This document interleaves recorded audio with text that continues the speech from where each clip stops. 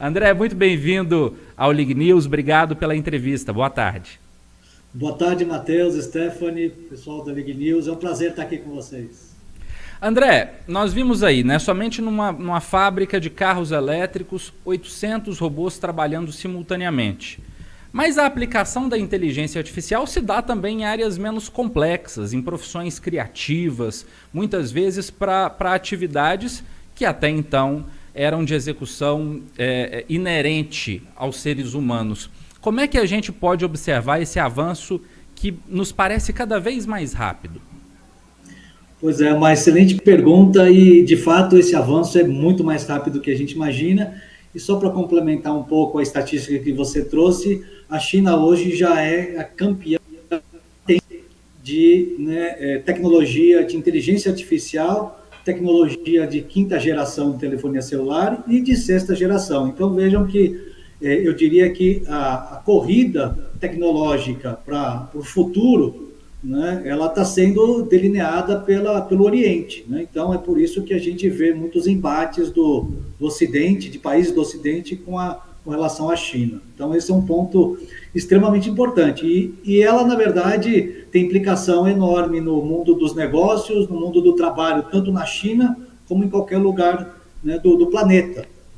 A começar pelas indústrias, como você colocou, em que muitos robôs que estão alimentados por inteligência artificial estão fazendo o trabalho de seres humanos. E, na verdade, a robotização de indústria não é alguma coisa nova, não veio com a inteligência artificial, ela já é mais antiga.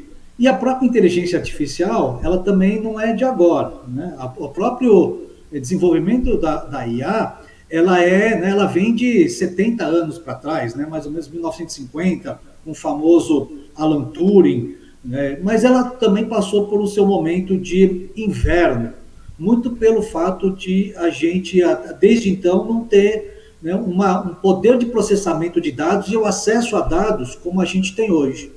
Então, de fato, a partir de 2010, mais ou menos, no começo dos anos 2000, 2010, e principalmente agora 2020, quando a gente tem grandes data centers construídos, né, temos fibra ótica, temos telefonia celular de quinta geração, a gente hoje consegue ter um acesso a dados e, mais do que isso, uma carga de processamento, computadores bastante potentes que podem, de fato, tratar esses dados. E é por isso que a inteligência artificial, como a gente conhece hoje, principalmente uma derivação dela, que é a inteligência artificial generativa, então leia aqui ChatGPT, Gemini, Copilot, todas essas plataformas que a gente está acostumado a fazer perguntas, ela se desenvolveu muito a partir de 2023, muito pelo fato de a gente ter possibilidade de processar esses dados.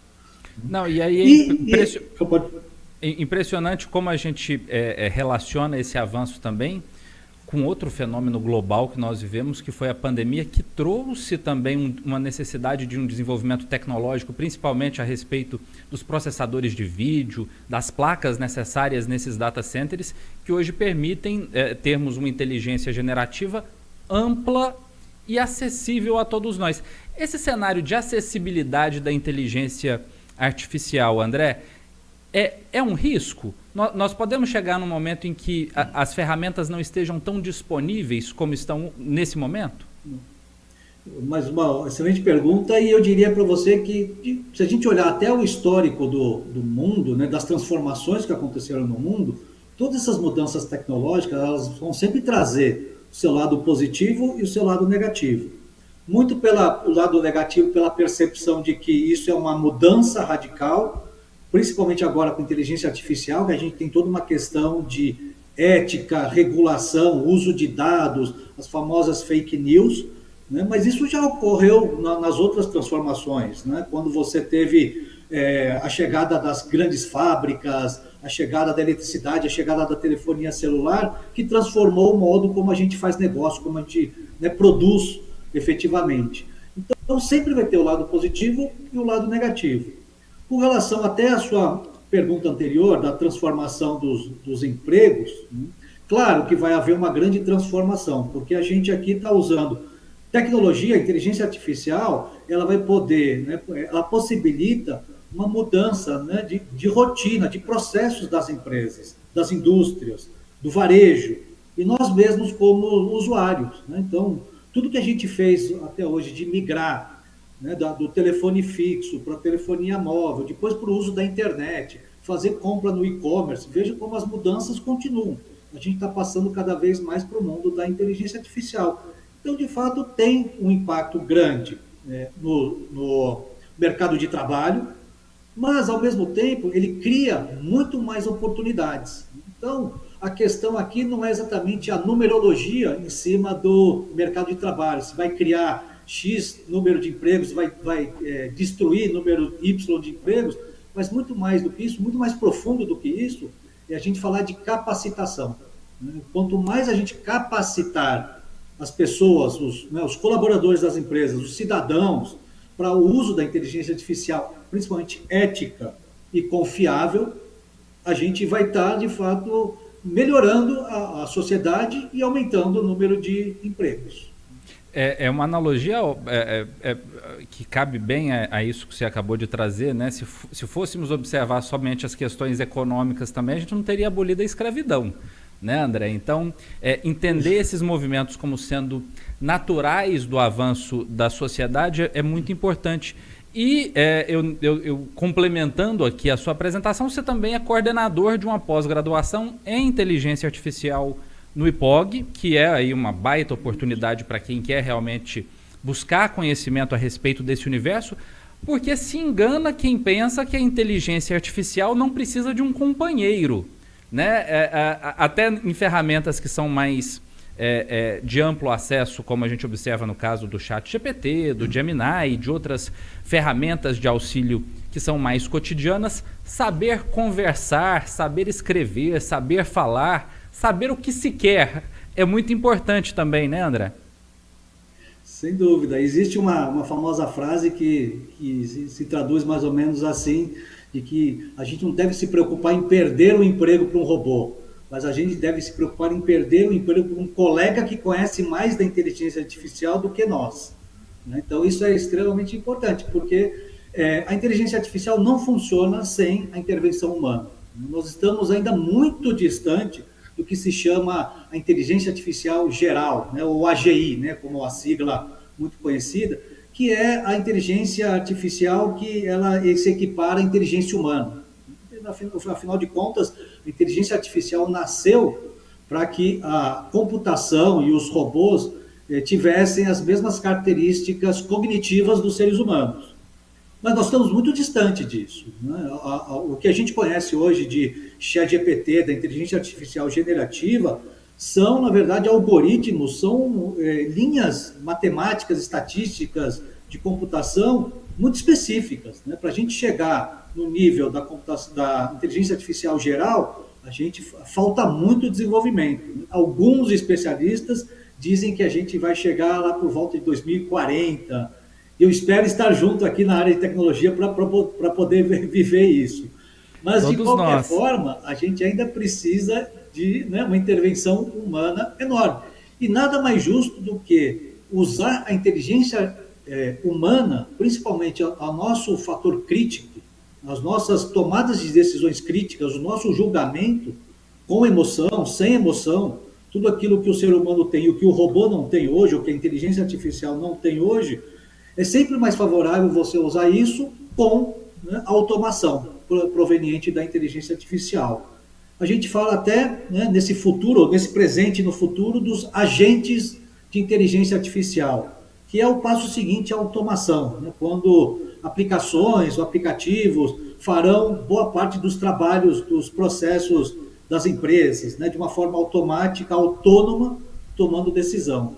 Mas, de qualquer forma, você vai sempre precisar da intervenção humana, seja ela para avaliar se está na forma correta, seja ela para avaliar também da forma ética, se eu estou usando os dados de forma coerente ou não. Então, de qualquer modo, sempre vamos precisar da interferência humana ou nós mesmos alimentando uma boa inteligência artificial.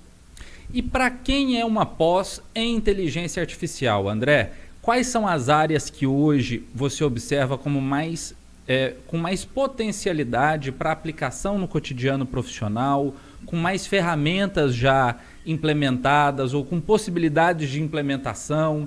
É também uma janela para startups, para negócios que trazem um viés de inovação, mesmo em mercados mais tradicionais. Aqui na Liga a gente é super simpático à inteligência artificial, viu? Maravilha. Eu diria para você, primeiro, que inteligência artificial é para todos e para todas as empresas, desde startups, pequenas, médias, grandes, então, e ela abrange todos os setores da economia. Quem não usar inteligência artificial na sua empresa, no seu cotidiano, na sua vida pessoal, vai ficar para trás. Então, esse é o primeiro ponto. Se a gente pensar do ponto de vista de negócios, inteligência artificial, ela surge para talvez melhorar três aspectos dos negócios.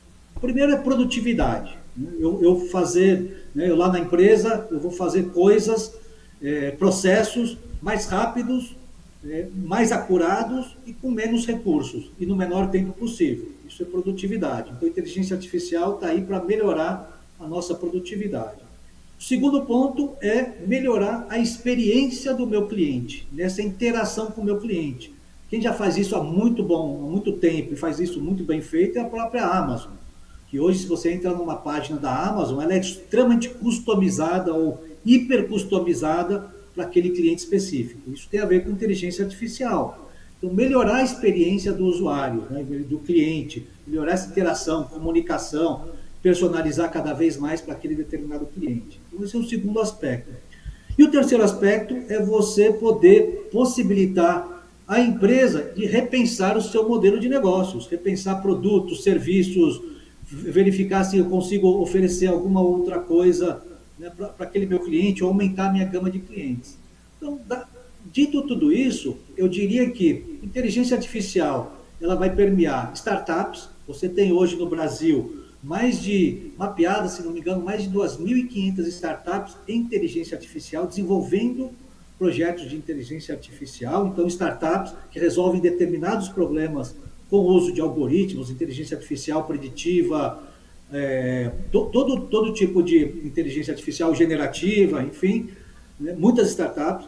O empreendedor que está pensando em montar um negócio, ele tem que montar baseado em inteligência artificial, né, como eu falei, para melhorar, né, a experiência com o seu cliente, ou para oferecer algum produto ou serviço que faça sentido. Um empreendedor. O gestor da empresa, muitas vezes a tecnologia, historicamente, sempre veio pelo lado da TI nas empresas. E hoje a gente vê que inteligência artificial, como eu falei, ela está em todos os setores da economia, em todos os, né, segmentos, todos os departamentos. Então, nada mais justo do que ter pessoas capacitadas nas empresas, seja na área de tecnologia, seja na área de negócios, no RH, nas finanças, em todos os lugares. Então, você vai usar a inteligência artificial, seja para melhorar a sua produtividade, seja para melhorar a interação com o seu cliente final, ou mesmo a interação interna da empresa, né? Colaborador com RH, colaborador tentando tirar, por exemplo, extrato bancário, extrato de pagamento, tudo isso faz parte, né, do dia a dia das empresas, ou, né, para pensar em novos produtos e serviços.